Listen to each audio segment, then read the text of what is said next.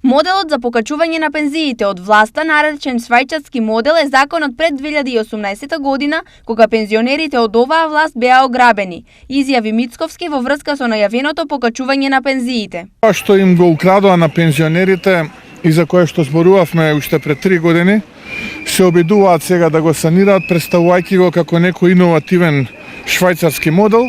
Тоа е практично законот од пред 2018 година, 21 декември, кој што ова криминална и корумпирана влада го донесе, кога им ги намали пензиите на пензионерите. Според Мицковски, владата работи катастрофално лошо во сите сегменти и не реагира соодветно на економските и сите останати актуелни домашни и глобални предизвици. Јас од оваа влада ништо не очекувам, како што не очекувам ни изминативе 4,5 години.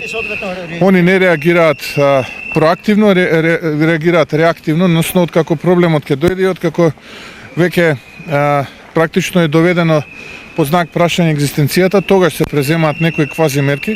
Така и за ова, не очекувам дека нешто ќе се направи. Така беше и со ковид пандемијата, така беше и со енергетската криза, така и е сега со оваа европска криза поради конфликтот во Украина.